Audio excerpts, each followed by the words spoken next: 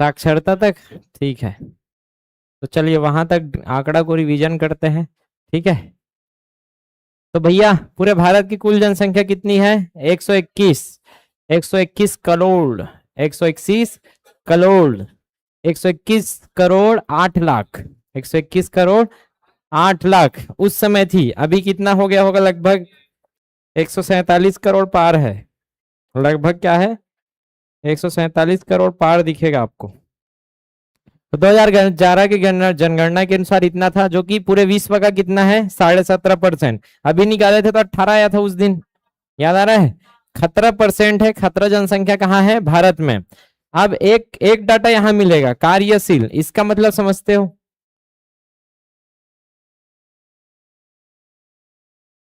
कार्य में लगे हैं, बाकी सब आलसी। आ रहा समझ में? तो बच्चे हैं 60%, बच्चे बूढ़े हैं ऐसा, ठीक है। तो 39% क्या होते हैं? कार्यशील। अब कार्यशील में अभी जैसे बांटेंगे ना, तो हमारे पास ऐसे है 14%, अरे 14 वर्ष, ठीक है।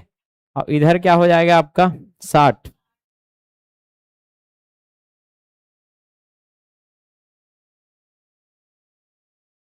14 वर्ष से छोटा है तो वो बच्चा है, बाल श्रम कहा जाएगा, बाल श्रम आ जाएगा। पता है ना सबको? 14 साल से छोटा है तो वो बाल श्रम है, 60 साल से बढ़ा है तो रिटायर, वृद्ध हो चुका। क्या हो गया? रिटायर्ड हो गया। तो अगर किसी को क्या चल रहा है? 15 साल। किसी को क्या चल रहा है? 15 साल। और किसी को चल रहा है 59। अगर इस बीच में है, 15 साल से 59 साल के बीच में, तो वो कहलाता है कार्यशील। क्या कहलाता है? कार्यशील जनसंख्या। तो भारत में अभी ये बीच वाली जनसंख्या कौन है? अभी 39%, 39.8% के आसपास कार्यशील। समझ आया? इससे कम है और इससे कम, मतलब कमाने वाले 39%, उसमें भी बहुत सारे आलसी हैं। फिर भी ये मान के चलो कि जो युवा जनसंख्या जो कमाने वाली है वो कितने हैं? 40। और 60% पलने वाले हैं। 60% कौन है? पलने वाले। अब ये जनसंख्या जो 39% है, लॉजिक लगा के बताना, ये कम होगा कि बढ़ेगा? कम होगा कि बढ़ेगा इस बार? बढ़ेगा।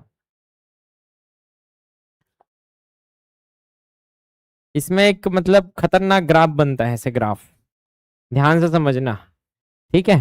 देखो 1981 में आपका क्या था? जन्म दर ज्यादा था, आ रहा समझ में? जनसंख्या ज्यादा थी, विस्फोट ज्यादा हुआ इसमें।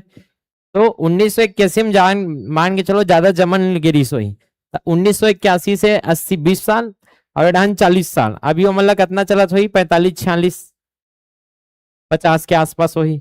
आते समझ में? तो जो बड़े जनसंख्या वो कहाँ आसपास है? 50 के आसपास पहुंच चुकी है। लॉजिक लगाना, जो ज्यादा जन्म लिए थे ना, क्या लिए थे? ज्यादा जन्म, वो जनसंख्या कहाँ पहुंच गए? वृद्ध की ओर। और जनसंख्या यहाँ कम है। 1981 के बाद कम जनसंख्या जन्मे है, कम जनसंख्या जन्मे है। आ रहा समझ में? कम जन्म। और यहाँ क्या हुआ था? ज्यादा जन्म। अब ये ज्यादा जन्म थे ना, वो लोग 1981 वाले हैं, और अभी मान के चलो 2000 वाले, और ये 1980 वाले, और उससे पहले और चले जाओगे 1960 70 वाले। लॉजिक लगाना, अभी 1970 और 80 वाले सब कितने उम्र में पहुंच गए हैं? 50 60 की उम्र में। अभी वर्तमान क्या है? 2026 चल रहा है। क्या चल रहा है? 26। तो ये जो भाई साहब लोग हैं, ये लोग क्या है? 50 से 60 की उम्र में है, 50 से 60 की उम्र में। अच्छा, इसमें ज्यादा है कि इसमें ज्यादा है? यहाँ ज्यादा है जनसंख्या, और यहाँ कम जनसंख्या है। इस 10 साल में जितने जनसंख्या बढ़ी है ना, उससे कम ही बढ़ा है इस बीच में, क्योंकि हमने कंट्रोल करना चालू कर दिया था। ये विस्फोट वाला समय बहुत ज्यादा जन्म दर कब हुआ था? ये कि आपके मम्मी पापा वाला जो एज है ना, उसमें आपका देखो ना, उसका 5 5 बहनी, 2 भाई, 7 बहनी, कई घर तो 10 10 जन है भाई बहनी मन, है कि नहीं? तो वो जो 10 साल का जो गैप था, 10 से 20 साल, उसमें ज्यादातर क्या हुए हैं? आपका जन्म ज्यादा हुआ। उसके बाद 80 और 90 के दशक में जन्म कम हुआ है।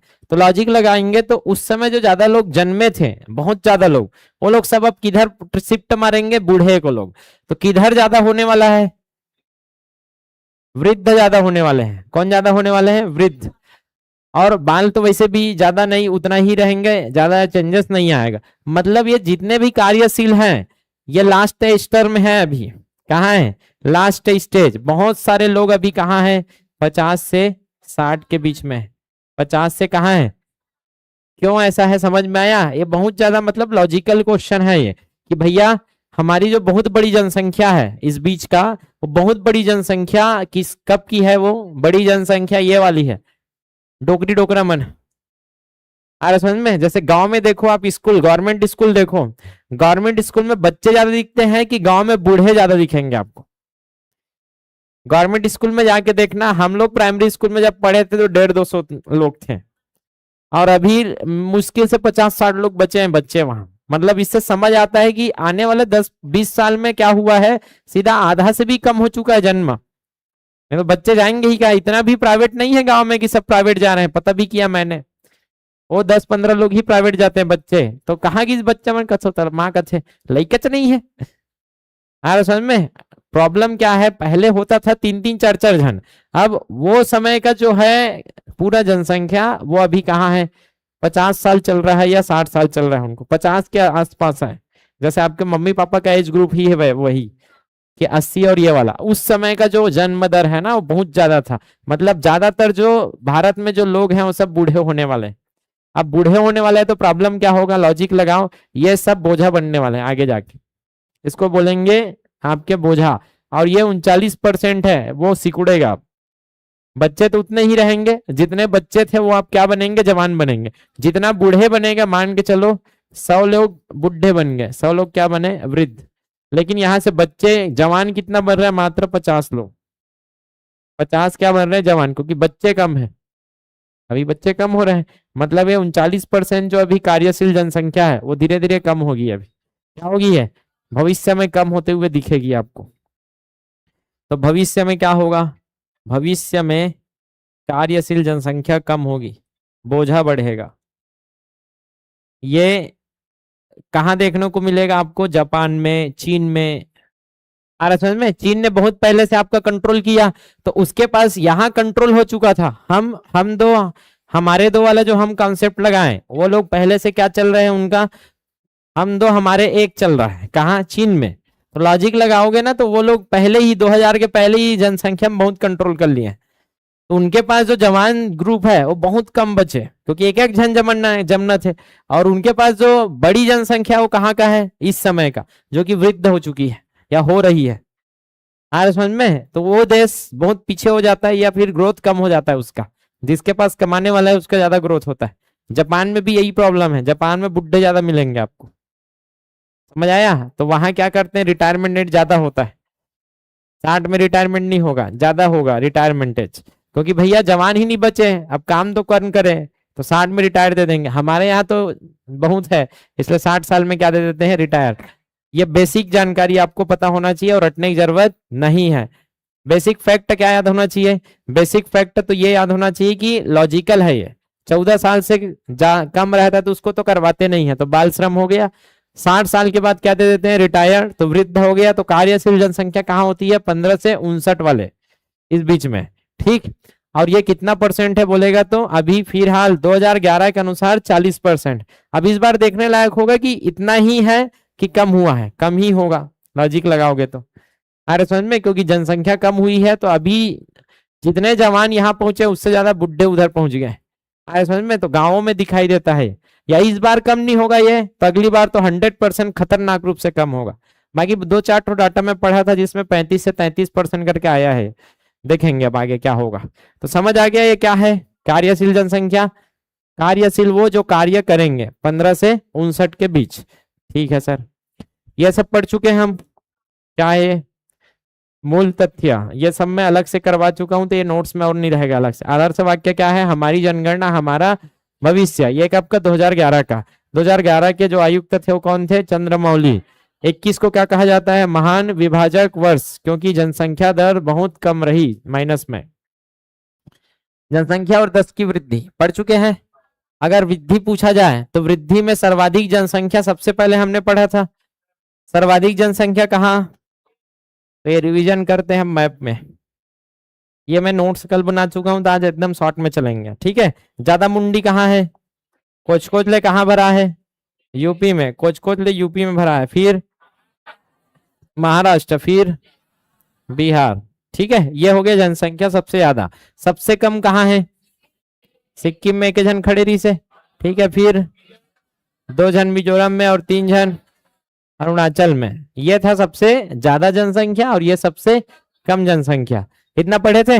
इसके बाद क्या पढ़ा था, यूटीज। यूटीज में सबसे ज्यादा जनसंख्या दिल्ली में सबसे ज्यादा है और सबसे कम लक्षद्वीप। ये हो गया यूटी का। वृद्धि पढ़े थे। सबसे ज्यादा वृद्धि कहां दर्ज की गई थी, जहां घर है वहां ज्यादा वृद्धि। अरे समझ में, तो 28 राज्यों में मेघालय में सबसे ज्यादा वृद्धि और 8 केंद्र शासित में कहा ज्यादा वृद्धि, हवेली में। याद आ रहे हैं, बहुत बड़ा जगह है तो हवेली में ज्यादा जन्मा है और यहाँ ज्यादा जन्मा। और 28 राज्यों में कम वृद्धि, नागालैंड। क्या आ जाएगा, नागालैंड। माइनस में हुआ था, निगेटिव। और ध्यान रखना 28 राज्यों में केवल एक ही राज्य है जहां नाक चाप थे, बाकी कहूं का नहीं चापे। मतलब नागालैंड मतलब एक ही जगह नाक चाप थे कर, मतलब क्या समझे, वही बस माइनस है। बाकी सब जगह पढ़ा है। 28 राज्यों में 27 राज्यों में थोड़ा बहुत तो वृद्धि हुआ है, मतलब हुआ था। लेकिन नागालैंड एक ही मात्र राज्य है जहां वृद्धि के बजाय क्या हो गया था, कम हो गया था और माइनस में। तो याद रखोगे एक मात्र राज्य है वो, ठीक। और यूटीज में कहा कम हो रहा है, लक्ष्य क्या है, कम। लक्ष्य कम जन्मे है, आ रहा समझ में, लक्ष्य वाले कम जन्मे है। तो भैया राज्य में दोनों ही ढान है और यूटी में दोनों ही ढान है। सर्वाधिक जन्मे वाले, कम जन्मे वाले, सर्वाधिक जन्मे वाले, कम जन्मे वाले बनेगा। ये पूरा फैक्ट आपकी रिवीजन हो गया, ठीक है। ये अभी पूरा मैंने मैपिंग किया, ठीक। तो सर्वाधिक वृद्धि दर कहाँ रही, मेघालय में। न्यूनतम वृद्धि दर कहाँ, नागालैंड में। तो भारत का एकमात्र क्या है, ये राज्य है जहां क्या रही, निगेटिव रही। सर्वाधिक वृद्धि कहाँ, दादर नगर हवेली। और न्यूनतम वृद्धि कहाँ, लक्षद्वीप। पूरा याद है ये सब। मैप ही याद दिलाएगा और ट्रिक, मैप और ट्रिक दोनों का बैकअप लेकर चलोगे। अब जनसंख्या घनत्व देखते हैं, कितना है, 382 व्यक्ति प्रति वर्ग किलोमीटर। चलिए बताइए क्या होता है जनसंख्या घनत्व। हाँ, घनत्व क्या होता है उसको पहले बताइए।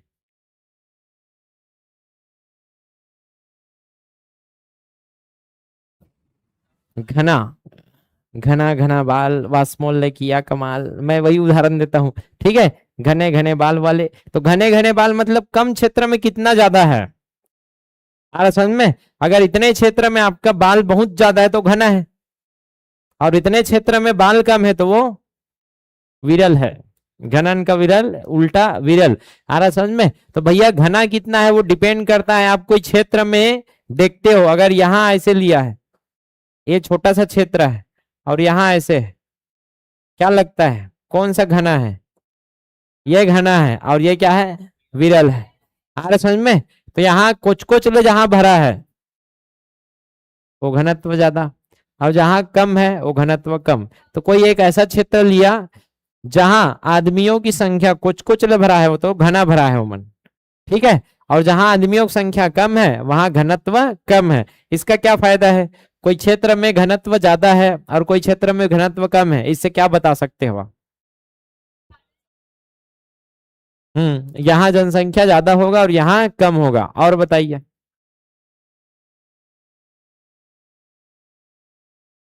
ये ज्यादा विकसित होगा कि ये वाला, ये वाला।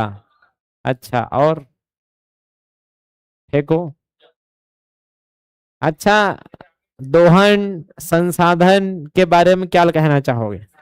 दोहन यहाँ ज्यादा होगा कि यहाँ ज्यादा होगा, संसाधन की जरूरत यहाँ ज्यादा पड़ेगी। अच्छा, सरकार को ज्यादा योजना में पैसा कहाँ खर्चा करना पड़ेगा। तो सरकार के लिए घनत्व बहुत इंपॉर्टेंट है कि नहीं है।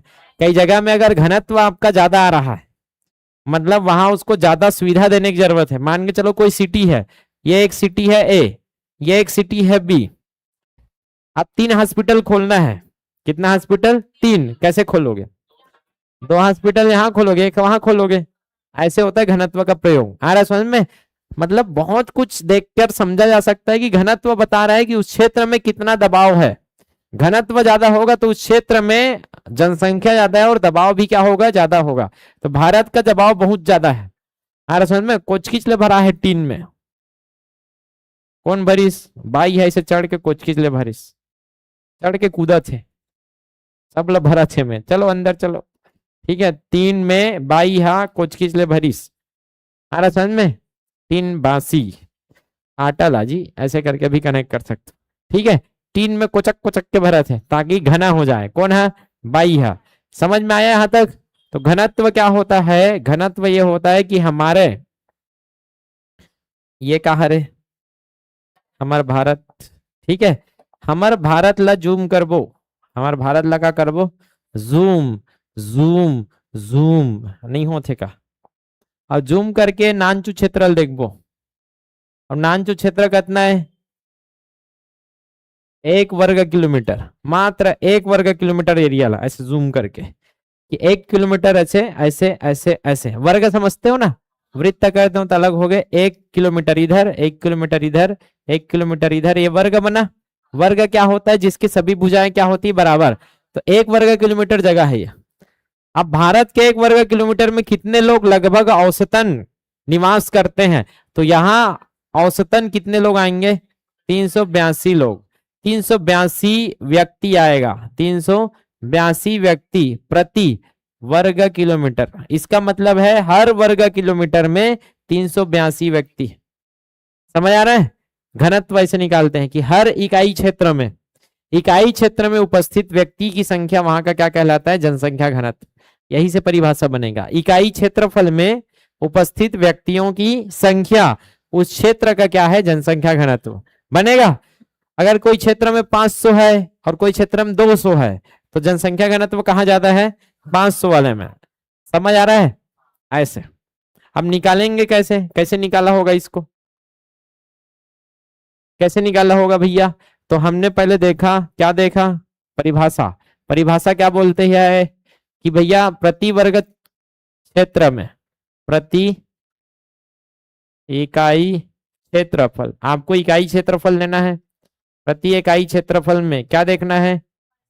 व्यक्ति की संख्या। प्रति इकाई क्षेत्रफल में क्या देखना है? व्यक्ति की संख्या। यही क्या है? क्या है? घनत्व है कि नहीं है? कितना घना है समझना है तो 1 वर्ग किलोमीटर लो और उसमें देखो। अब 1 वर्ग किलोमीटर में से झांक के थोड़ा ना देखिए। निकालने का एक बढ़िया तरीका है कि प्रति का मतलब होता है बटा। प्रति का मतलब क्या होता है? बटा।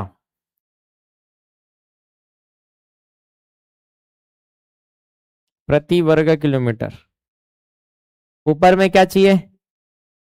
यही तो चाहिए आपको, व्यक्ति प्रति वर्ग किलोमीटर निकालना है। पूरा क्षेत्रफल याद है कितना है? 32 निकलना चाहिए आपका। क्या निकलना चाहिए? 32। 32,87,263 वर्ग किलोमीटर ये हमारी भूमि है, हमारे घर की है। समझ आ रहा है? तो आज के बाद इसको याद करना है। क्या याद रखना है? 32,87,263। एग्जैक्ट डाटा याद नहीं आ रहा है मेरे को। किसी को याद है क्या? अरे ये वाला 121 करोड़ 8,54,000 वगैरह कुछ तो था। देख के बताओ तो एग्जैक्ट। इधर आ रहे गोलू तो 121 करोड़ होना चाहिए ना। तो 121 करोड़ 8,54,200 ऐसे 87 वैसे आदि कुछ तो है। तो मैं अभी मान लेता हूँ इसको 00। ठीक है, एग्जैक्ट लिख देंगे तो आप पढ़ोगे इसी बहाने। कहा रे? कहा रे?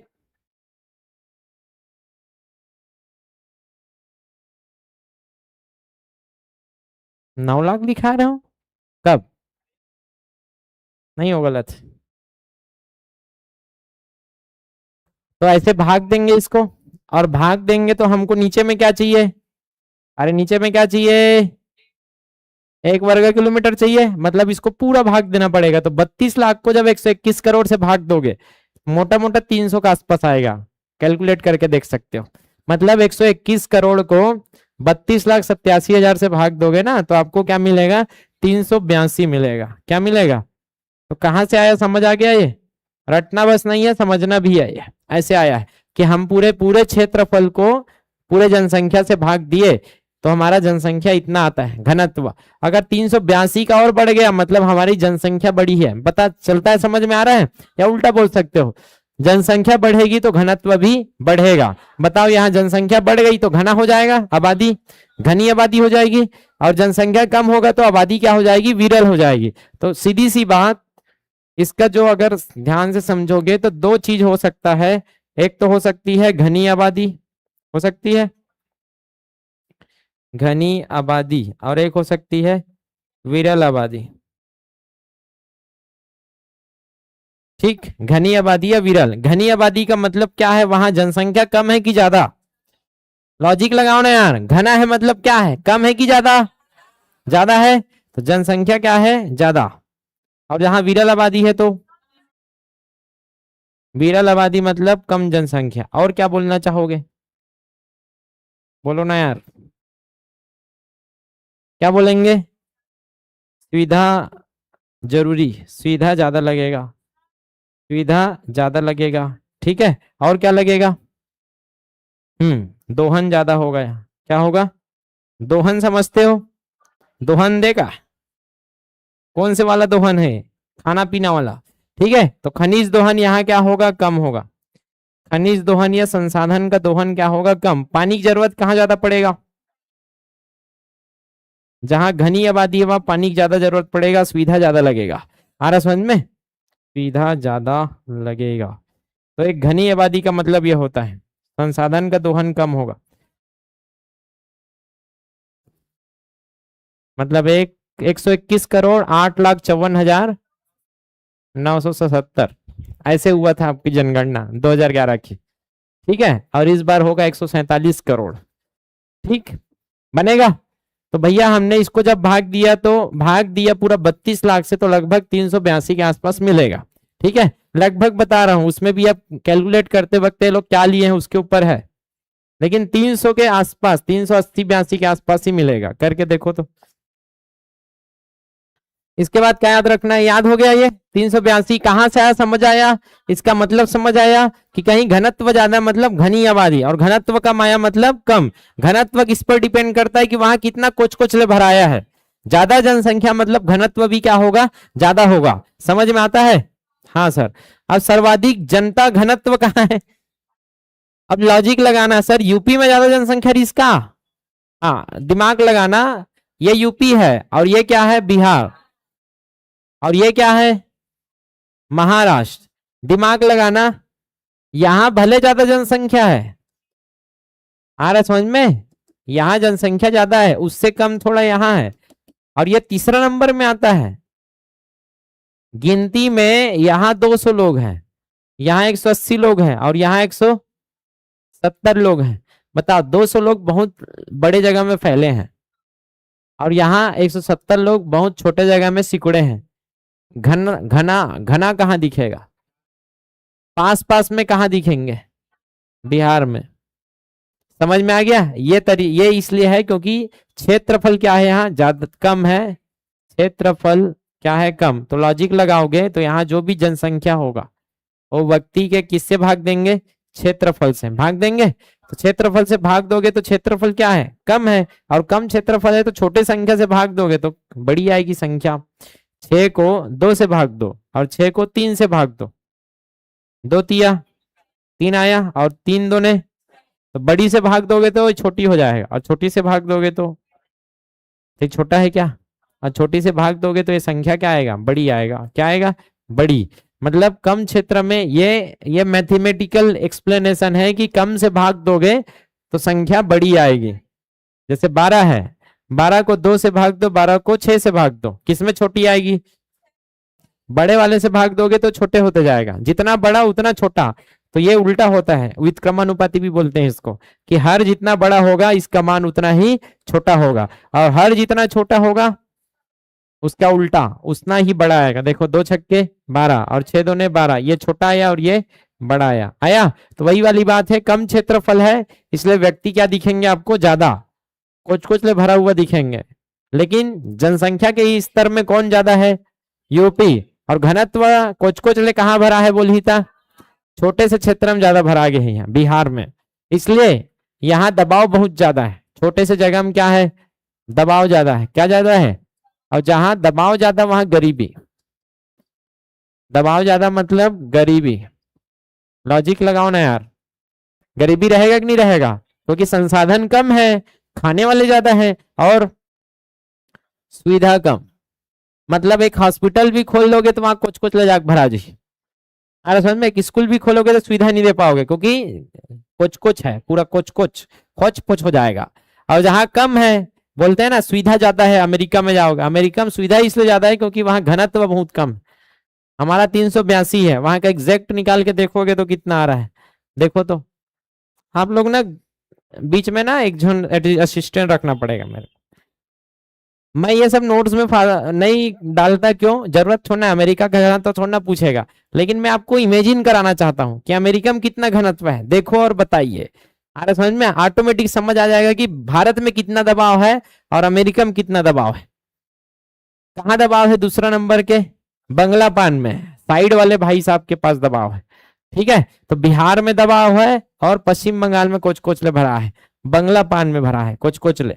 सबसे कम दबाव कहाँ है? मात्र 17 लोग आ थे प्रति वर्ग किलोमीटर में। कितने लोग आ रहे हैं? 17 लोग। 17 जन है ऐसे नहीं कहा थे, ऐसे पूरा होकर क्षेत्रफल से 92 होकर जनसंख्या ला कि अरुणाचल प्रदेश के का लिखबे व्यक्ति और का लिखबे क्षेत्र, तो मात्र कितना ही 17 व्यक्ति प्रति वर्ग किलोमीटर। 17 जन ही प्रति वर्ग किलोमीटर। समझ आ रहा है? कहाँ चल रहे तमाकी मनीटा डोहारेला? क्या याद रखना है भैया? घनत्व। घनत्व कोचकोचले कहाँ भरा है कही था? बिहार में। यहाँ भरा है कोचकोचले, तो मैं ला रिसर्च कर देता ना, पूरा भरा है कोचकोचले, कुछ नहीं दिखत, ये कोचकोचले है। ठीक है, और दूसरा नंबर में क्या जाही थोड़ा से विरल है। ठीक है, तो फर्स्ट नंबर में यह है, दूसरा नंबर में पश्चिम बंगाल, यह कोचकोचले घनत्व। एक बाद और क्या पढ़े? कम घनत्व। कम घनत्व यहाँ है 1 2 3, यह है कम घनत्व। कम घनत्व कहाँ मिलेगा आपको? अरुणाचल में। और ज्यादा घनत्व कहाँ मिलेगा आपको? बिहार में। ठीक है, ऐसे करके याद रखना है। इसके बाद क्या है भैया? यह हो गया कोचकोचले पूरा 8 न्यूटन कोचकोचले कहाँ भरा है? दिल्ली में। और कहाँ कम है? क्योंकि बहुत बड़ी भूमि है, उसके हिसाब से वहां जनसंख्या क्या है? कम। अगर सबसे ज्यादा जनसंख्या देखोगे तो दिल्ली में है, सबसे ज्यादा जनसंख्या देखोगे तो दिल्ली में है। एक छोटी सी जगह में पूरा कोचकोचले भरा है, इसलिए ज्यादा कहाँ है बोलेगा तो ज्यादा घनत्व कहाँ है? दिल्ली में। ज्यादा घनत्व कहाँ है? दिल्ली। लेकिन ज्यादा जनसंख्या पूछे तो कहाँ जाओगे? जनसंख्या वृद्धि याद आ रहा है? ज्यादा जनसंख्या वृद्धि लक्षद्वीप में हुआ था। अब कम, अरे सॉरी, कम कम में बता रहा हूं मैं, कम हुआ था वृद्धि, लेकिन घनत्व कम कहाँ आ रहा है? लेकिन कम तो यहां होना चाहिए ना, क्योंकि इसका क्षेत्रफल कम आ रहा है। इसका क्षेत्रफल क्या है? कम। और क्षेत्रफल कम है तो व्यक्ति ऊपर में भाग देंगे ना, कम से भाग दोगे तो ज्यादा आएगा। घनत्व क्या आएगा? ज्यादा घनत्व आएगा अपेक्षाकृत। यहाँ क्षेत्रफल क्या है? ज्यादा। क्षेत्रफल कम क्यों है यहाँ?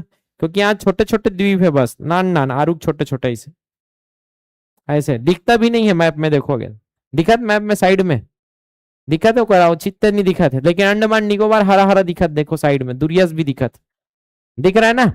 तो इसका तो दिखता भी नहीं है, इतना छोटा छोटा द्वीप है, फिर भी यहाँ अंडमान से ज्यादा लोग नहीं, कम लोग रहते हैं। तो घनत्व यहाँ कम होना चाहिए था, लेकिन कम घनत्व यहाँ है, यहाँ दुरिया दुरिया में ऐसे। तो कम घनत्व क्यों हो गया? क्योंकि क्षेत्रफल जितना है उसके मामले में यहाँ व्यक्ति कम है, व्यक्ति कम है, इसलिए कम घनत्व है। तो कम घना लोग, कम घनत्व कहाँ मिलेगा आपका? छट्टा छट्टा कहाँ है? अंडमान में। कम घनत्व कहाँ है? अंडमान में। लक्षद्वीप और दोनों के करेंगे तो यहाँ आएगा कम घनत्व, और ज्यादा घनत्व कोचकोचले कहाँ भरा है? दिल्ली में। ज्यादा कोचकोचले पूरा 28 राज्य में कहाँ भरा है? बिहार में। उसके बाद पश्चिम बंगाल में। पूरा 28 राज्य में सबसे कम घनत्व कहाँ मिलेगा? अरुणाचल में। थोड़ा बहुत आया समझ में? ठीक है, इतना पूछा जाएगा आपको, इतना पूछा जाएगा। ठीक है, जिला में भी याद रखना है तो रख सकते हो भैया।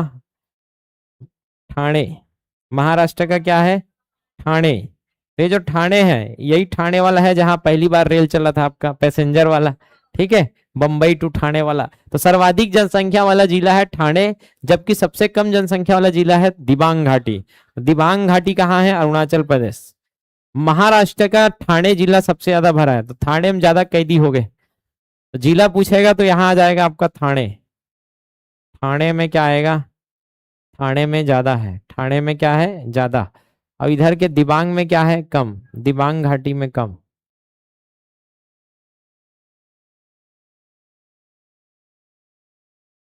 तो 3 लेवल का है इसमें। सबसे पहले क्या देखोगे? राज्य, लेवल 1। दूसरा देखोगे यूटीस। तीसरा देखोगे जिला। तो राज्य कहाँ कुछ कुछ ले भरा है, जल्दी बताओ। राज्य में बिहार और कहाँ? पश्चिम बंगाल में कुछ कुछ ले भरा है। फिर कम कहाँ भरा है? अरुणाचल प्रदेश में। ठीक, यूटी में कहाँ कुछ कुछ ले भरा है? कहीं तक दिल्ली में घनत्व ज्यादा है। और कहाँ कम भरा है? क्योंकि जगह बड़ा है उसके हिसाब से वहां व्यक्ति कम है। जिला में कुछ कुछ ले कहाँ भरा है?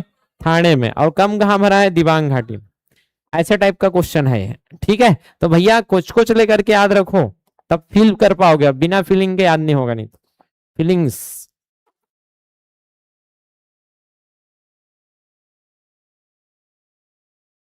इसको मैं शॉर्टकट बना देता हूँ, यहाँ एक ही पेज में आपका आ जाएगा फिर पूरा।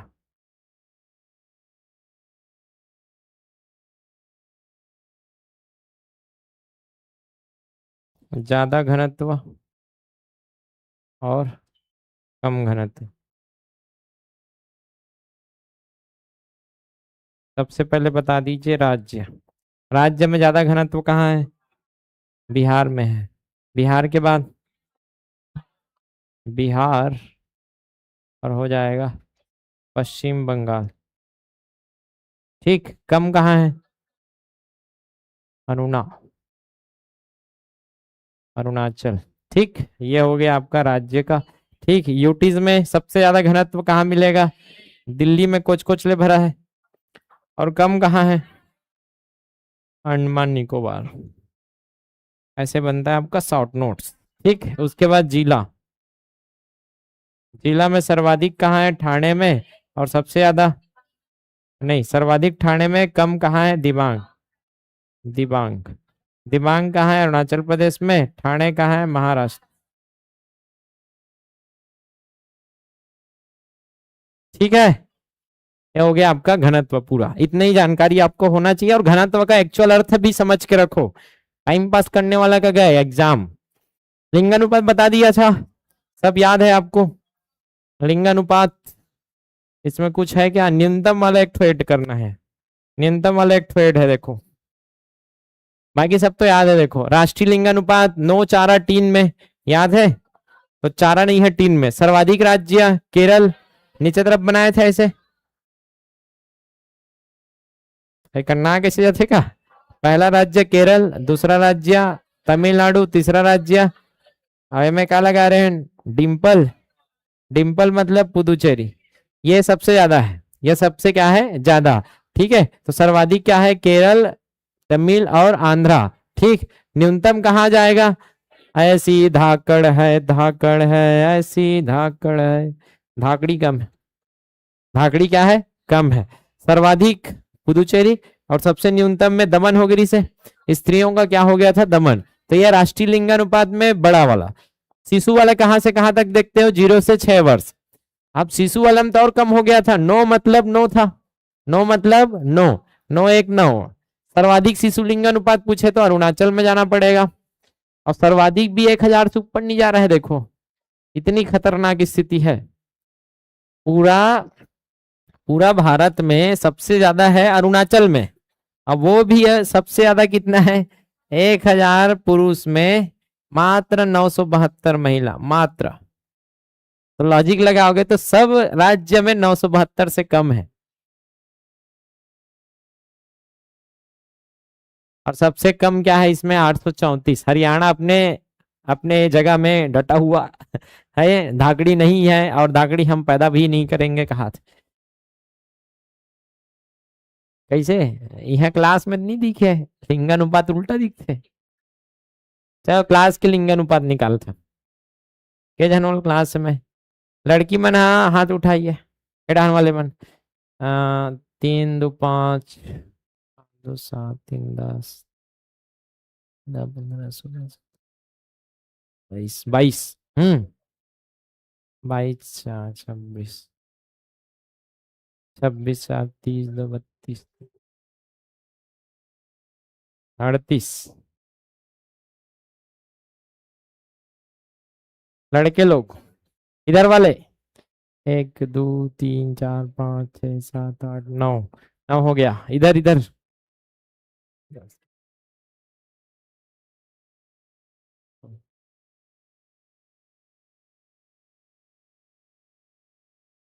मोर दूध भात 25 के आसपास है, एक आठ जन छूटे हुई। हाँ गड़बड़ है यार। 63 से 65 लोग हो इस क्लास में। अब देख रहे हो लगभग बहुत बहुत ज्यादा है। ठीक है बहुत ज्यादा है, तो ये है मतलब भले जमन कम रहे लोग लेकिन आगे तो है। लेडीज फर्स्ट कहा थे। आ रहा समझ में? तो भैया याद रखना अरुणाचल में सबसे ज्यादा लिंगानुपात है। केरल से भी आगे निकल चुका है अरुणाचल प्रदेश, क्योंकि केरल में था। दक्षिण राज्यों से भी आगे निकल चुका है लड़कियों के जन्म में, छोटे लड़कियों के जन्म में। फिर भी ये बहुत पीछे है, किससे? 1000 से। समझ में आ गया? बहुत बेकार स्थिति है। तो इस बार समझ आएगा समग्र लिंगानुपात और शिशु लिंगानुपात दोनों में हरियाणा क्या है? न्यूनतम स्तर पर। हरियाणा अपने पैदान पर है। हरियाणा अपना नाम नहीं खराब करेगा, ऐसा है। बनेगा कि नहीं बनेगा? तो ये नई जानकारी समझ आया? कुछ कुछ ऐसे छूट गया था तो मैं भी उसको शामिल कर दिया कल। हाँ पढ़ो नहीं हो, पढ़ो पढ़ो वो पढ़ो। साक्षरता याद आते? साक्षरता में क्या ऐड करना है, क्या लगता है? इसको पढ़ो और देखो क्या कुछ नई जानकारी मिलती है यहाँ। कल जो पढ़ाया गया था कुछ नई जानकारी यहाँ।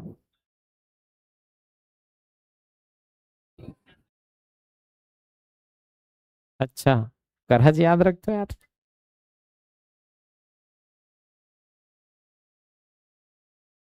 वो राज्यों का नहीं पूछेगा लेकिन ये पूछेगा। ये आ रहा समझ में? ये छूटा था तो मैंने उसको भी शामिल कर दिया है। कैसे भैया कि एक्चुअल आपका 74 याद किए थे ना, 04 करके याद किए थे। 74 04 तो याद ही रहता है आपको। तो साक्षरता टोटल याद करते हैं तो 4 हाथ में 4 4 करके याद कर लेते हैं। और जब महिला इससे कम है और पुरुष इससे क्या है? ज्यादा है, तो हमको क्या करना? महिला का एग्जैक्ट पता होना चाहिए। 9 तो करे ही थे तो 65 तो हो ही रहा था। और इधर +8 किए थे तो क्या हो रहा था? 4 हाथ 8 किए थे तो 82 हो रहा। यहां तक तो सबको याद है ही। ठीक। ये 65 के बाद भी याद रखो। 65 के बाद क्या है? 46। ठीक है। तो 5 6 4 6 या 6 5 6 4 दोनों में से एक ठो याद रखो। अब इधर क्या है? 1 4 8 2 1 4 2 चौक 8 भाग दे दो। ठीक है आधा करो, 2 का आधा और 8 का आधा। तो ये शिक्षा वाले ही कर सकते हैं। शिक्षा वाले लोग क्या करते हैं? आधा करते हैं। शिक्षा वाले क्या करेंगे? आधा करके इसको लिख देना है। तो वो शिक्षा वाले में ही करना है। शिक्षा वाले को आता है क्या करने? आधा करने। शिक्षा वाले को आता है आधा करने।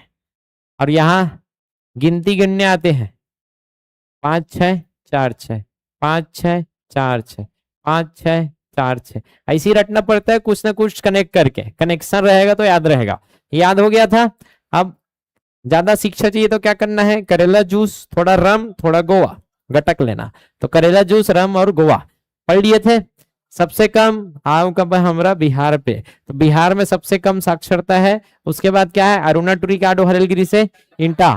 ठीक है फिर सर्वाधिक साक्षर क्या है, लक्ष्य है वही ज्यादा पढ़ेगा, और हवेली में आलसी आदमी नहीं पढ़ता है, वो बोधा आदमी है। बन जाएगा।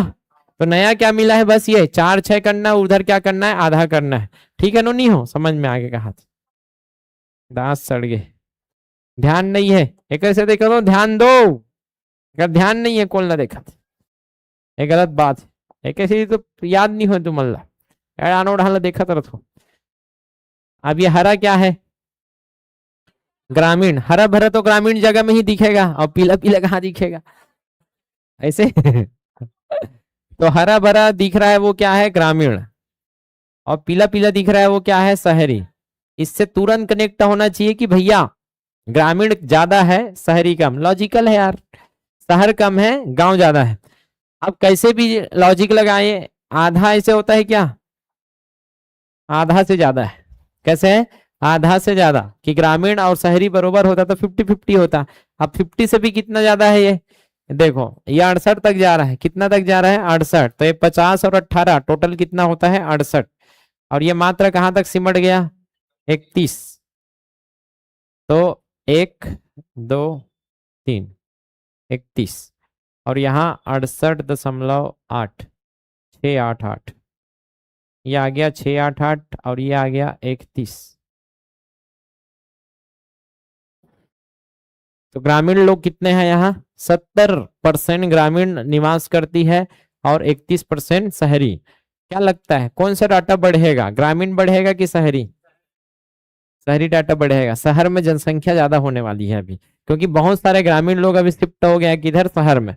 बाकी जन्म तो दोनों जगह सेम ही रहे हैं अभी, ऐसा नहीं कि पहले ग्रामीण में ज्यादा जन्म हो रहा था अब नहीं हो रहा है उतना, गांव में भी कंट्रोल है, लेकिन फिर भी गांव वाले इधर शिफ्ट मार रहे हैं, तो शहर में 31% है, तो 100 लोग में से 31 अभी क्या होते हैं शहरी। अब 100 में से 33-35 तक चला जाएगा, उससे भी ज्यादा हो सकता है। आ रहा समझ में, तो ये ध्यान में रखोगे। अभी पहले मोटा मोटा लेवल 1 में क्या याद रखोगे, 70%, क्या याद रखना, फिर 70 में मात्र कितना कम करना है 1.2,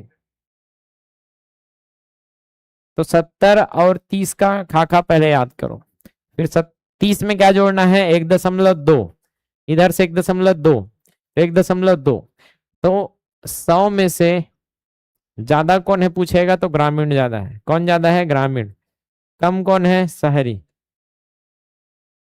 70% ग्रामीण है और 30% क्या है शहरी, मात्र 1.2 का हेर फेर हुआ है, तो इसको कम कर दो 1.2, 68.8 हो जाएगा, और इसको 1.2 बढ़ा दो 31.2 हो जाएगा। तो आपको क्या याद रखना है, बस 1.2 याद रखना, एक का हेर फेर है बस, 70 और 30 याद रहेगा, आराम से याद रहेगा 70-30, लेकिन हेर फेर क्या हुआ है एक का, एक उधर कम करो एक इधर बढ़ा दो, पहले 69 और 31, और पॉइंट में खेलोगे तो 0.2 और कम कर दो और 0.2 इधर और बढ़ा दो।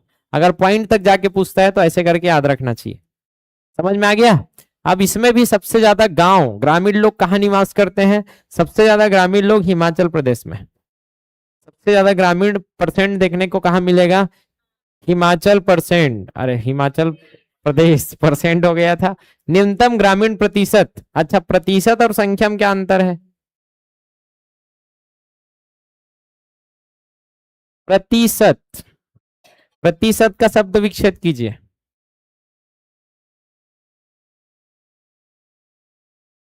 प्रत्येक 100 में कितने, प्रत्येक 100 में कितने गांव वाले रहते हैं, प्रत्येक 100 में कितने गांव वाले रहते हैं, तो हर 100 में कितने आएंगे, और यहां कुल गांव वाले कितने, कुल गांव वाले कितने, तो कुल गांव वाले की संख्या निकाला तो पता चला कुल गांव वाले, लॉजिक लगाना ध्यान से समझना, जैसे एचपी है, क्या दिया है एक तरफ एचपी है, परसेंट जब भी निकालते हैं तो प्रतिशत होता है, क्या होता है प्रत्येक 100 में, प्रत्येक 100 में, और एक होता है डायरेक्ट गिनती, सीधी गिनती, सीधा गिना, सीधा गिन लिया, और सीधा गिना मतलब डायरेक्ट गिन लिया, डायरेक्ट संख्या निकाल रहे हो, गिनती निकाल रहे हो। तो आपको दो तरीके से पूछेगा, एक तो प्रत्येक 100 में पूछेगा, एक तो सीधी गिनती पूछेगा। आ रहा समझ में। अब जैसे मान के चलो एचपी में, एचपी में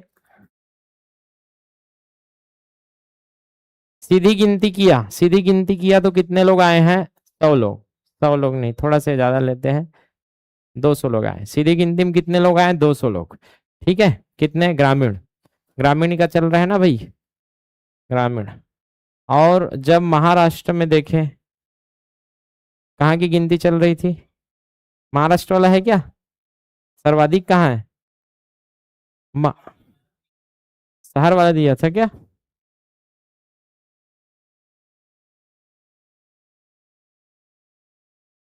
तो ग्रामीण नहीं दिया यार यहाँ, तो उल्टा हो जाएगा, न्यूनतम ग्रामीण बोलना पड़ेगा इसको। एक डाटा मिसिंग है, उसको मैं कल करवाना पड़ेगा मुझको। इधर दिया है क्या? ने दिया है। महाराष्ट्र में शहरी ज्यादा है। महाराष्ट्र में क्या है? शहरी। तो कंपेयर करना मुश्किल है यहाँ, अभी कंपेयर नहीं कर सकते। ठीक है, इसका मुझे डाटा लेके आना पड़ेगा।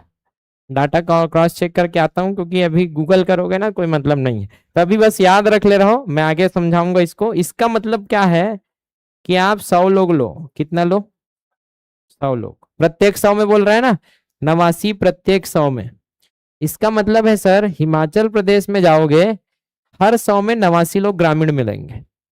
हर 100 में 89 लोग ग्रामीण। इसका मतलब क्या समझे कि ज्यादातर लोग वहां, 89 मतलब ग्रामीण लोग ही ज्यादा निवास करते हैं, शहर कम है वहां।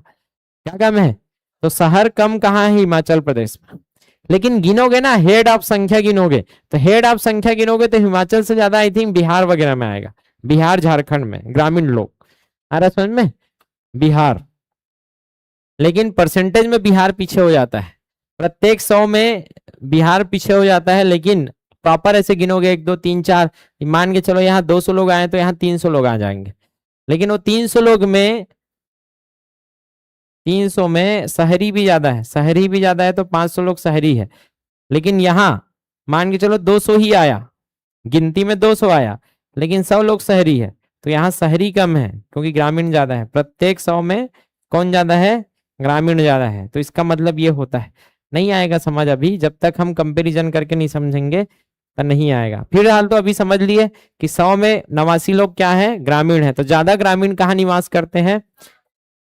हर 100 में ज्यादा ग्रामीण लोग निवास करेंगे हिमाचल में, लेकिन ज्यादातर ग्रामीण कहाँ निवास करते हैं? बिहार में। पूरा भारत में देखोगे तो दोनों में अंतर है। ठीक है, और कम ग्रामीण कहाँ है? न्यूनतम परसेंट।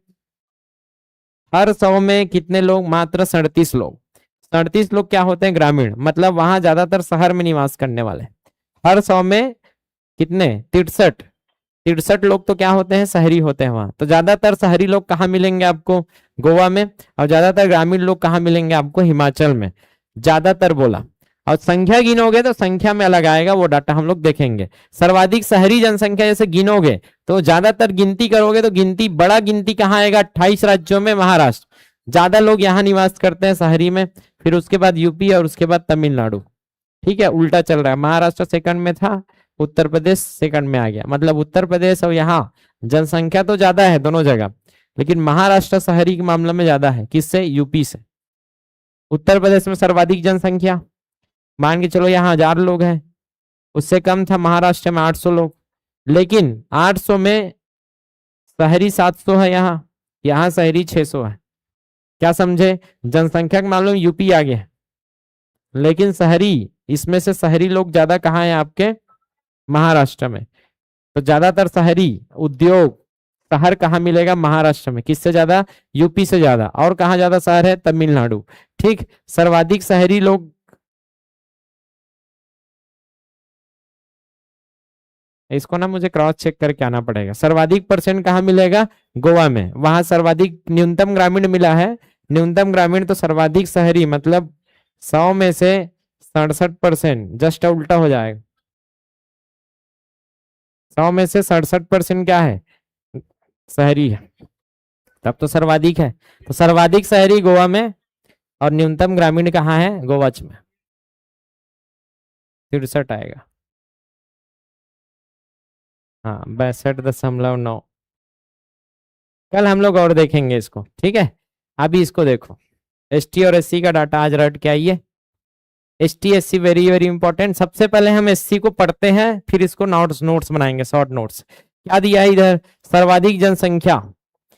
SC कहाँ निवास करता है? SC यूपी में, फिर पंजाब में। अब SC क्या होता है पहले समझो उसको, तो ऑटोमेटिक निकाल पाओगे आप। क्या होता है SC, जल्दी बताओ। Scheduled caste. क्या होता है? शेड्यूल्ड। अब कहाँ शेड्यूल्ड है? शेड्यूल का अर्थ होता है लिस्टिंग। क्या होता है? लिस्टिंग करना। तो लिस्टिंग कहाँ होगा? संविधान में। लिस्टिंग कहाँ होगा? संविधान में। ऐसा करके याद रखो। आप संविधान पढ़ेंगे तो आप आर्टिकल पढ़ेंगे 342, तो वहां 342 के तहत लिस्टिंग हुआ है, शेड्यूल्ड हुआ है। तो कोई भी जाति जो शेड्यूल्ड हो जाता है उसको क्या कहा जाता है? Scheduled caste. शेड्यूल्ड कास्ट कहाँ शेड्यूल होता है? ये आर्टिकल 341 में। अभी बस इतना ध्यान रखो कि शेड्यूल हुआ इसलिए कास्ट है। मान के चलो फलाना कास्ट है, अमना कास्ट, ये कास्ट का नाम है, अमना जाति कही है, ठीक है। अब अमना जाति, जाति तो है ही, सबके एक जात होता है। ये जात को शेड्यूल्ड कास्ट कब बोलोगे? ये जाति SC कब कहलाएगी? जब ये शेड्यूल्ड होगी।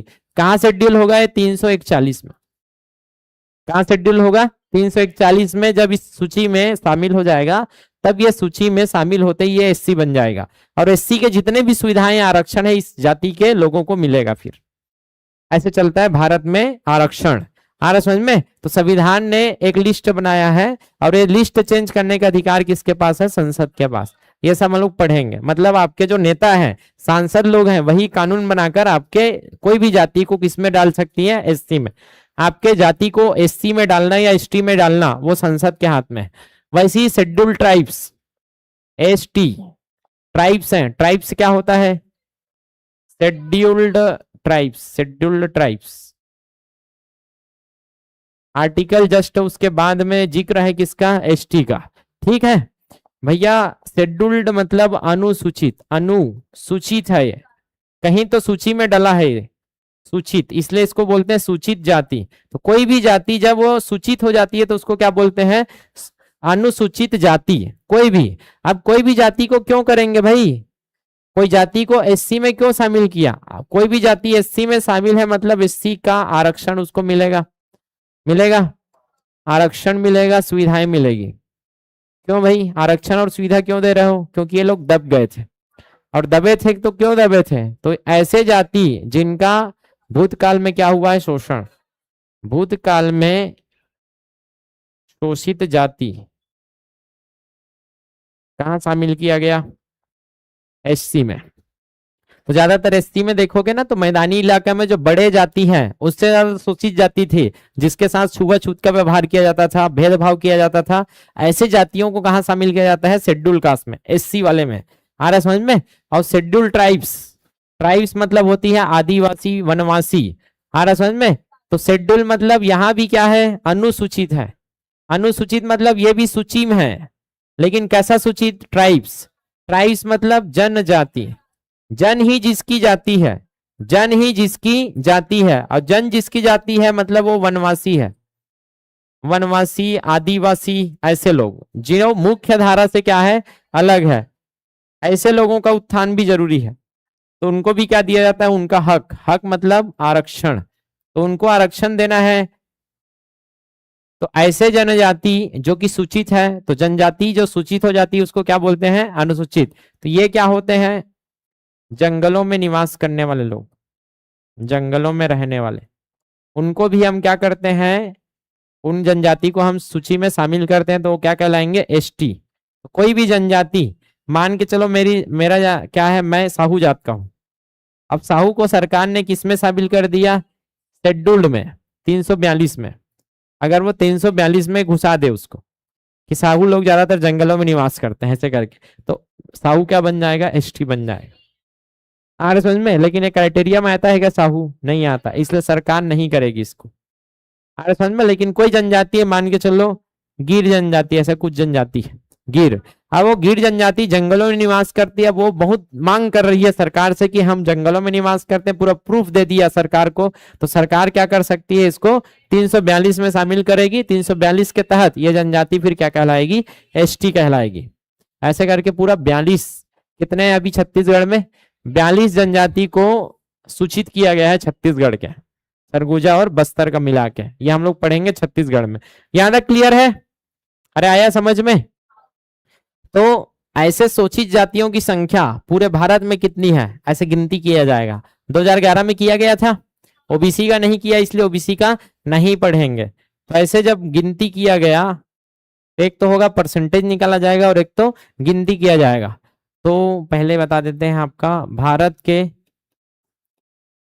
कुल जनता में, भारत के कुल जनता में ये लोग कितने हैं, कुल जनता का कितना प्रतिशत, कुल जनता का। एससी ज्यादा है, शोषित जाति ज्यादा है कि जंगलों में वास करने वाले ज्यादा है, क्या लगता है? पूरा भारत में शोषण हुआ है, शोषण वाले ज्यादा होंगे कि जंगलों में वास करने वाले ज्यादा होंगे? लॉजिक लगाओगे तो भारत में अब जंगल उतना बचा भी नहीं है ऐसे लगाओगे तो शोषित जाति ज्यादा है एसटी से। छत्तीसगढ़ में उल्टा है, छत्तीसगढ़ में एसटी ज्यादा है कि एससी? तो छत्तीसगढ़ का उत्तर और दक्षिण दोनों जगह जंगल है, जैसे जंगलों में वास करने वाले ज्यादा है छत्तीसगढ़ में। लेकिन पूरा भारत में देखा जाए तो पूरा भारत में कौन ज्यादा है, एससी मुकाबले किसके, एसटी के। 16.6% के आसपास क्या है आपका, एससी है। 16.6% लगभग क्या है, एससी। इसका मतलब क्या समझे, इसका मतलब क्या समझे कि पूरे भारत में अगर 100 लोग हैं, 100 लोग, तो उसमें का 16 लोग क्या मिलेगा आपको, एससी। अगर भारत में क्या है 1000, तो उसमें का 160 लोग क्या मिलेंगे, एससी। भारत में अगर जीरो बढ़ाते जाइए, पहले 100 लोग था तो कितने लोग, 16 लोग, जीरो बढ़ाए तो 160। अगर 10,000 है तो 1600, अगर इकाई दहाई सैकड़ा, हजार, 10,000, लाख, 1 लाख है तो 16,000, 10 लाख है तो 1,60,000, 10 करोड़ है तो अभी तो फिलहाल 100 करोड़ है। इकाई दहाई सैकड़ा, हजार, 10,000, लाख, 10 लाख, करोड़, 10 करोड़, 100 करोड़ चाहिए का जी। हाँ ये हो गया, तो ये 100 करोड़, तो यहाँ इकाई दहाई सैकड़ा, हजार, 10,000, लाख, 10 लाख, करोड़, 10 करोड़। 16 करोड़ से भी 21 गुना ज्यादा है, क्योंकि 121 है, 21 और ज्यादा है, 21 करोड़। आ रहा समझ में? तो भैया 16 करोड़ और 16 करोड़ से और जोड़ोगे तो लगभग 20 करोड़ के आसपास आएगा इनकी जनसंख्या। कितना आएगा, 20 करोड़ के आसपास। एग्जैक्ट तो ध्यान नहीं, लेकिन 20 करोड़ आएगा। 16 करोड़ तो मैं पहुंचा ही दिया हूं, समझ आया? या तो ज्यादा दिमाग नहीं लग रहा है तो इतना लगा सकते हो कि टोटल कितना है, 121.08 करोड़ है का, 16.6% क्या है, एससी है। समझ आया?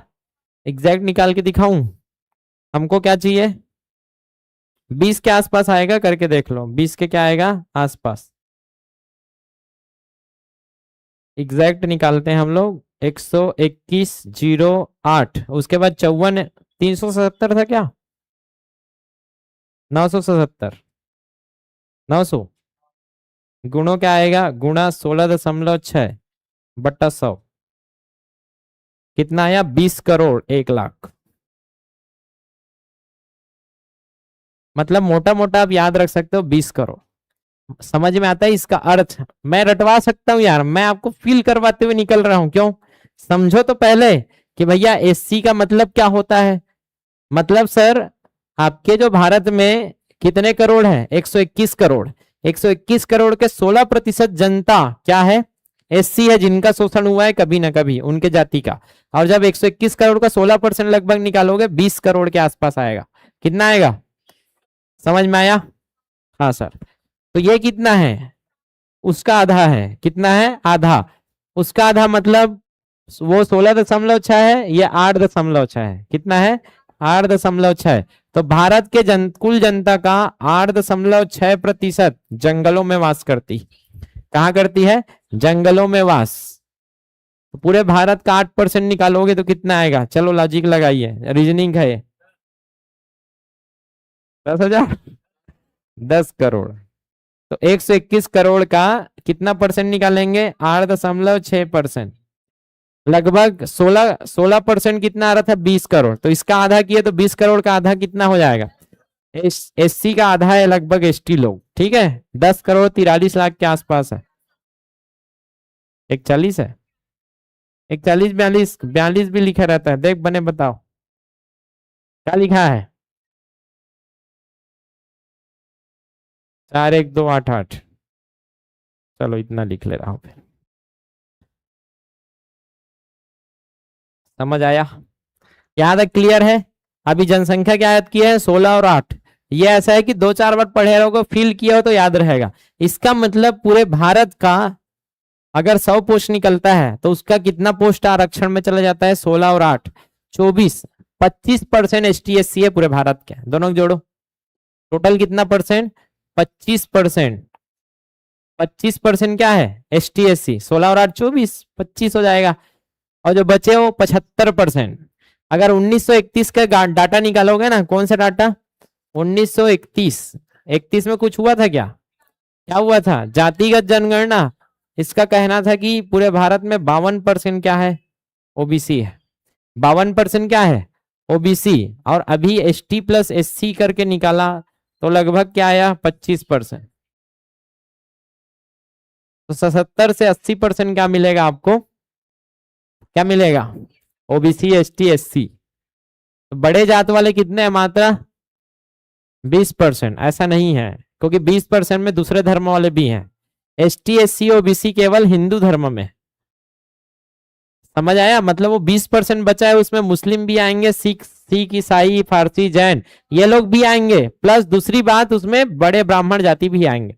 तो जनरल वाले बहुत कम है वो मामले में।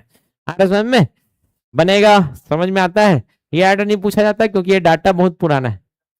अभी ये 52% का जगह में और ज्यादा हो गया है, क्योंकि हम तो हमारे 4 5 भी हुआ है ना इसके बाद। तो जनसंख्या विस्फोट याद आ रहा है, हाँ बनेगा यहां तक। अब हमको क्या पता करना है, अब लॉजिक थोड़ा सा लगा, ब्राह्मण कहाँ ज्यादा है, यूपी में। शोषण कहाँ होगा, ब्राह्मण लोग ही तो शोषण किए थे, बड़े जात वाले छोटे जातियों का क्या किए थे, शोषण। तो शोषित जाति कहाँ मिलेगा ज्यादा, लॉजिकल आंसर समझ में, यूपी में ज्यादा शोषित जाति है जनसंख्या। और प्रतिशत के मामले में ऊपर सर भी कि बड़े हिस्सा देखोगे 100 में से तो ज्यादातर पंजाब में आएंगे। छोटे जगह में आपका पंजाब ऐसा जगह है जहां आपको क्या मिलेगा, हर 100 में से ज्यादातर शोषित जाति पंजाब में मिलेगा। लेकिन पूरा इसे गिनोगे तो गिनती में ज्यादा कहाँ आने वाला है, उत्तर प्रदेश। थोड़ा बहुत आया समझ में क्या बताया जा रहा है। तो हम इधर SC लिखेंगे, उधर ST लिखेंगे। ये पूरा SC वाला है, वो पूरा ST वाला है। तो हम क्या पढ़ रहे हैं अभी, ठीक है, सर्वाधिक SC। सर्वाधिक क्या है, SC। तो सर्वाधिक SC कहाँ मिलेगा, ये SC है। तो आपको हर बार जब देखोगे ना यहाँ SC लिखा था करके, तो इमेजिन होगा कि SC कहाँ लिखा था, यूपी के ऊपर में। यहाँ SC ज्यादा है, आ रहा समझ में, SC जनता ज्यादा है, भरा है। लेकिन प्रत्येक 100 में कहाँ ज्यादा है, प्रत्येक 100 में ज्यादा लोग कहाँ आने वाले हैं आपके, मतलब परसेंट कहाँ ज्यादा है बोलेगा तो पंजाब में। दोनों में अंतर क्या है, यहां गिनती करके आपका मान के चलो, गिनती करके 1 करोड़ के आ गया SC, गिनती करके 1 करोड़। लेकिन यहां मान के चलो गिनती करके 5 लाख ही SC आया। कितना आया, 5 लाख। तो गिनती में ज्यादा कौन है, यूपी, क्योंकि यहाँ 1 करोड़।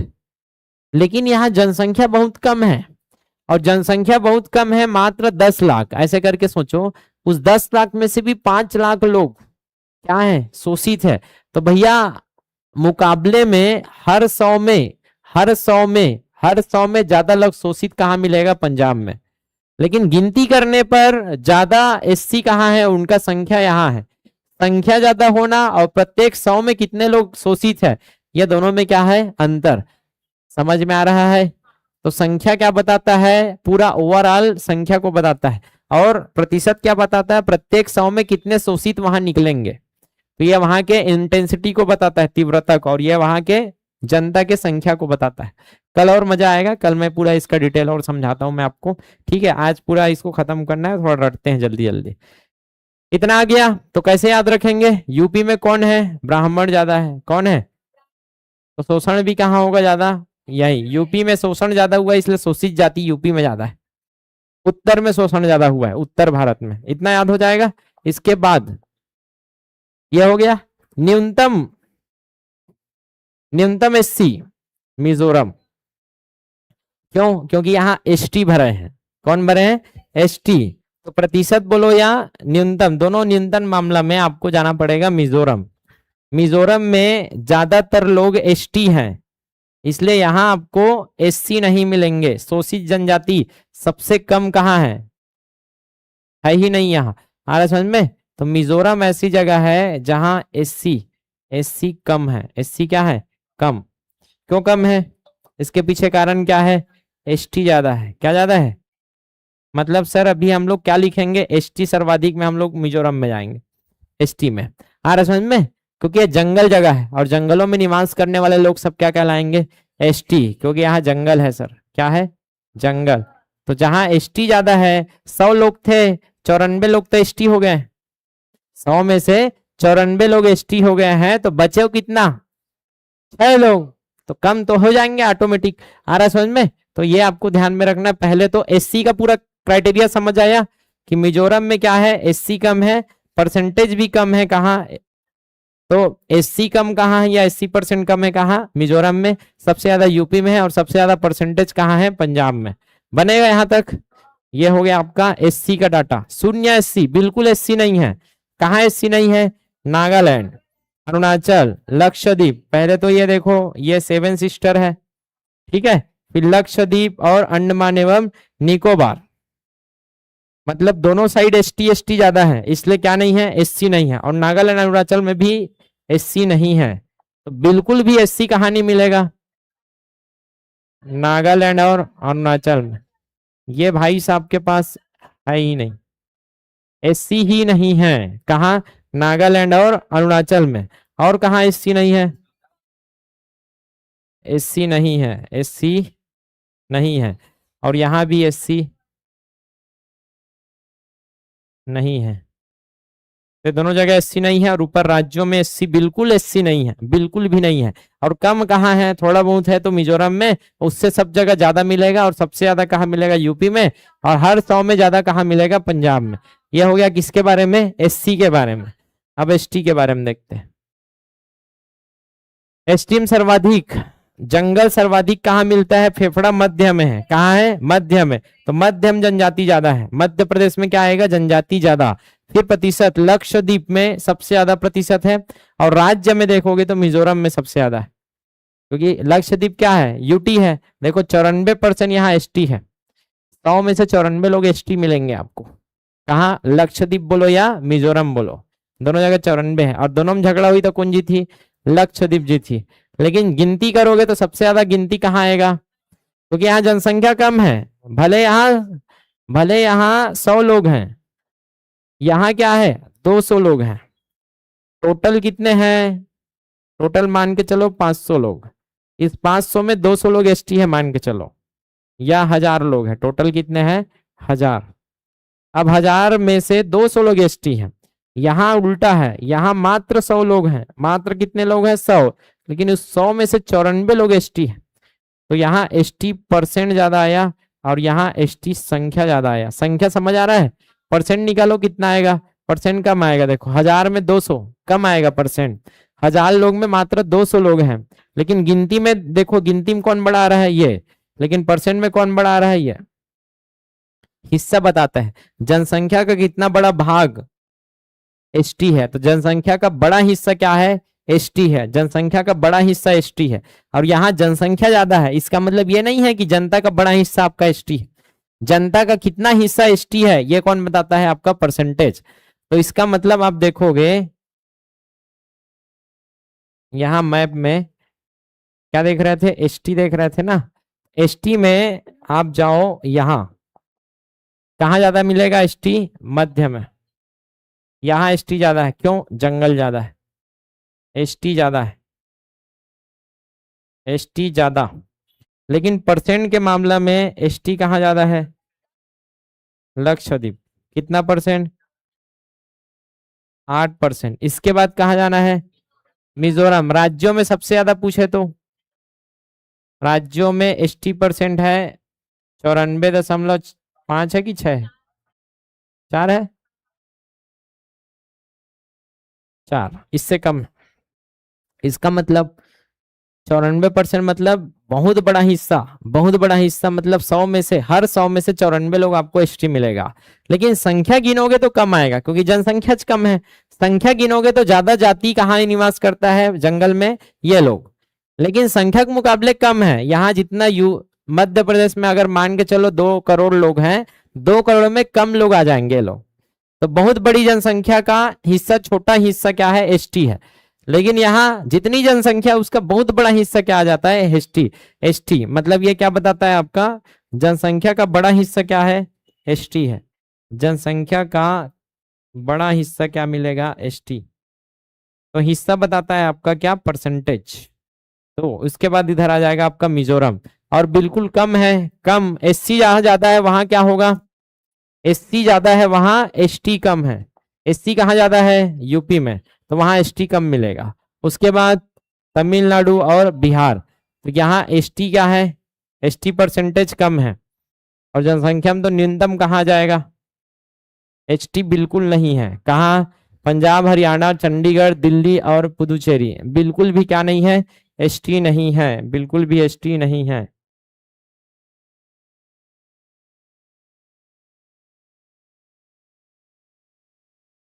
ST% क्या है, कम है। कहाँ, यूपी में।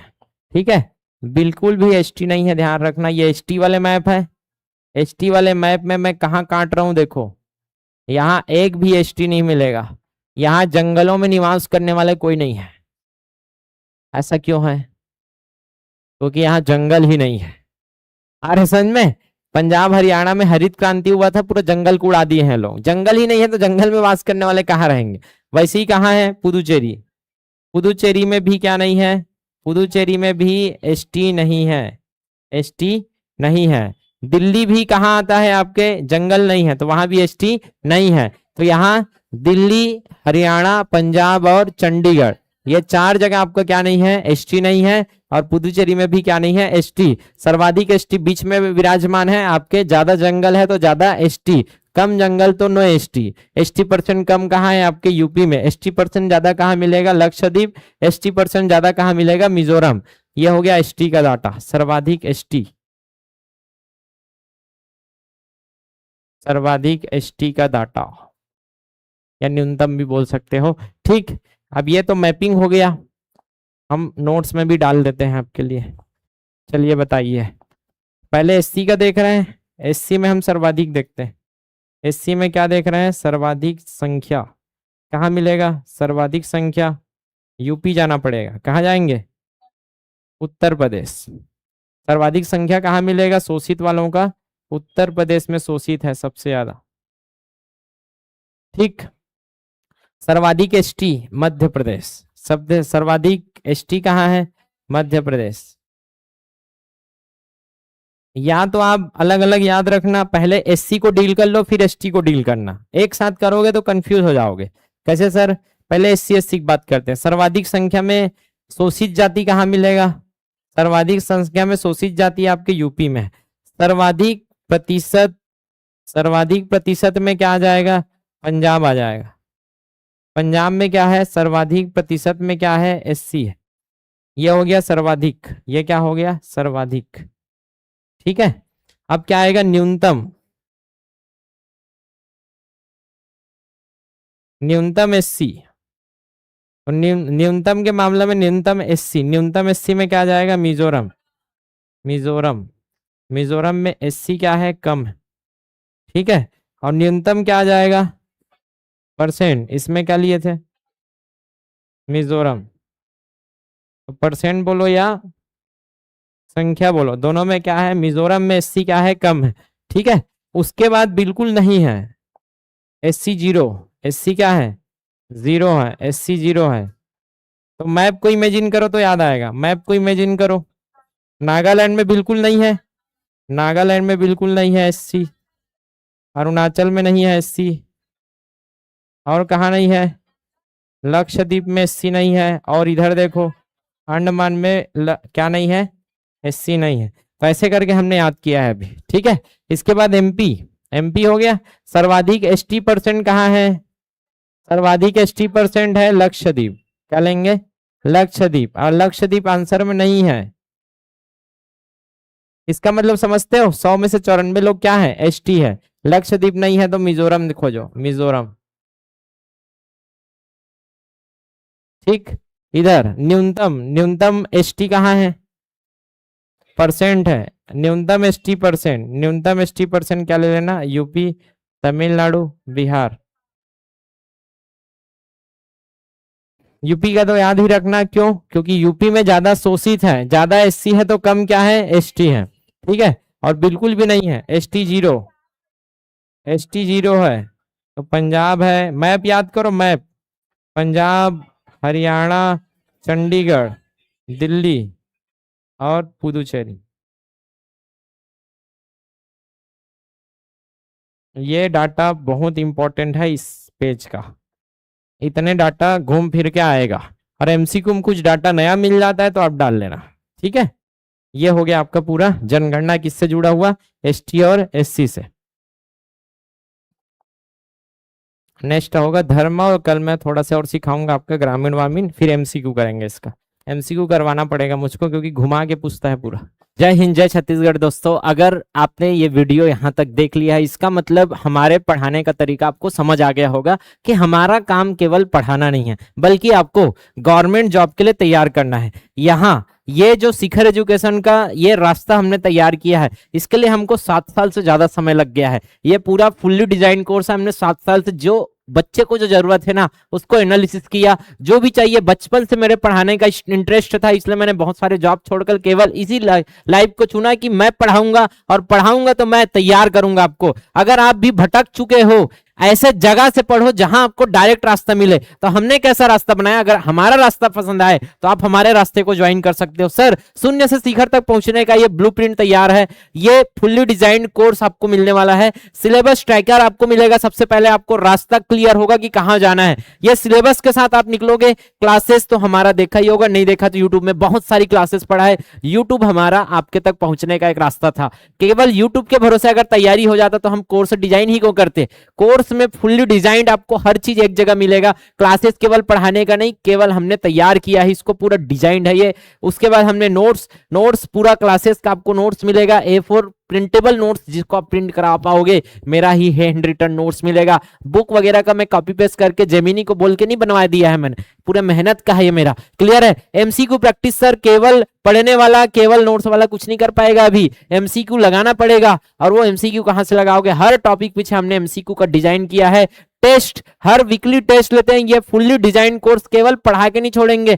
आजकल कोचिंग में जाना ना, केवल पढ़ा देते हैं, छोड़ देते हैं। पढ़ाकर याद भी कराएंगे, नोट्स भी देंगे, हर चीज आपके लिए जो रास्ता है वो आसान करेंगे। सर, जैसे आप सीजीपीएससी की तैयारी कर रहे हो तो सीजीपीएससी में आपको combo batch free plus mains मिलेगा। सिलेबस ट्रैकर, पूरा सिलेबस पूरा डिजाइन है, यहाँ मिलेगा। Prelims, mains special. प्रीलिम्स में जाओगे, पेपर 1, पेपर 2 अलग अलग पूरा फुल्ली डिजाइंड किया हुआ कोर्स है ये। और प्लस मैं यहाँ ये भी बताऊंगा कि कैसे आपको कवर करना है अगर आप हमारे ज्वाइन करते हो कोर्स। अगर आप यापम वाले हो, यहाँ भी fully designed syllabus, classes, notes, MCQ and test, हर लेवल की तैयारी आपको मिलेगा। क्लासेस में जाओगे, गणित, रीजनिंग, साइंस, भारत का जीके, छत्तीसगढ़ का सामान्य ज्ञान, भाषा, कंप्यूटर, भाषा में हिंदी खत्म, इंग्लिश स्टार्ट होने वाला है अभी। अर्थात हमने हर लेवल में आपके लिए काम किया है। हर लेवल देखो, जीके बूस्टर तक हमने बना के रखा है, क्योंकि अलग अलग जीके आज कुछ भी पूछ देता है, जैसे जनगणना, पंचवर्षीय योजना, भारत का परिचय, मंदिर सेल, हर चीज पर हमने काम किया है। केवल वीडियो नहीं,